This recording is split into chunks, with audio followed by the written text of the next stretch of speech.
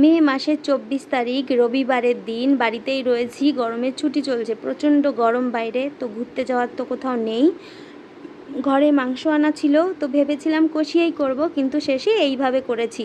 আমি অন্য সময় পেঁয়াজ বেশি ব্যবহার করি, কিন্তু গরমের জন্য কম ব্যবহার করেছি মশলা। তেল যেমন খাই সেমনই দিয়েছি, কিন্তু মশলা অন্যান্য দিনের তুলনায় কম দিয়েছি। যাই হোক, কড়াইতে সর্ষের তেল দিয়ে তাতে একটা তেজপাতা, গরম মশলা আর জিরে ফোড়ন দিয়ে আগে থেকে দই আর জিরে আর একটু রসুন মাখানো মাংসটা দিয়েছি। তার আগে ওই 3টে মতো পেঁয়াজ ভালো করে ভাজা করে এই মাংসটা দিয়েছি।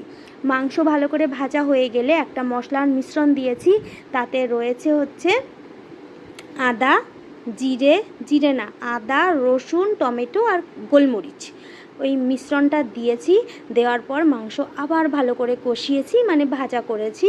এরপরে আমি এতে মিশিয়েছি লবণ মেশানোর সঙ্গে সঙ্গেই আমি আগে থেকে ভেজে রাখা আলুটাও মিশিয়েছি।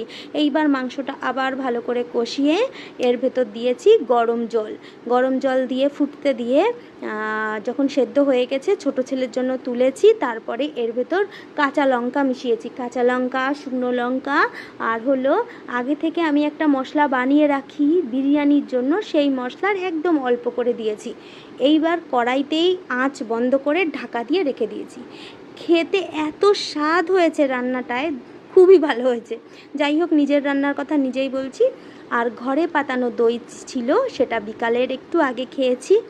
তারপরে করেছি কি, ছেলেরা ঘরে ছিল না, নিজের জন্য একটু কুলফি নিয়েছি আর ছাদে গিয়ে খেয়েছি। এইভাবেই কাটছে ছুটির দিনগুলো।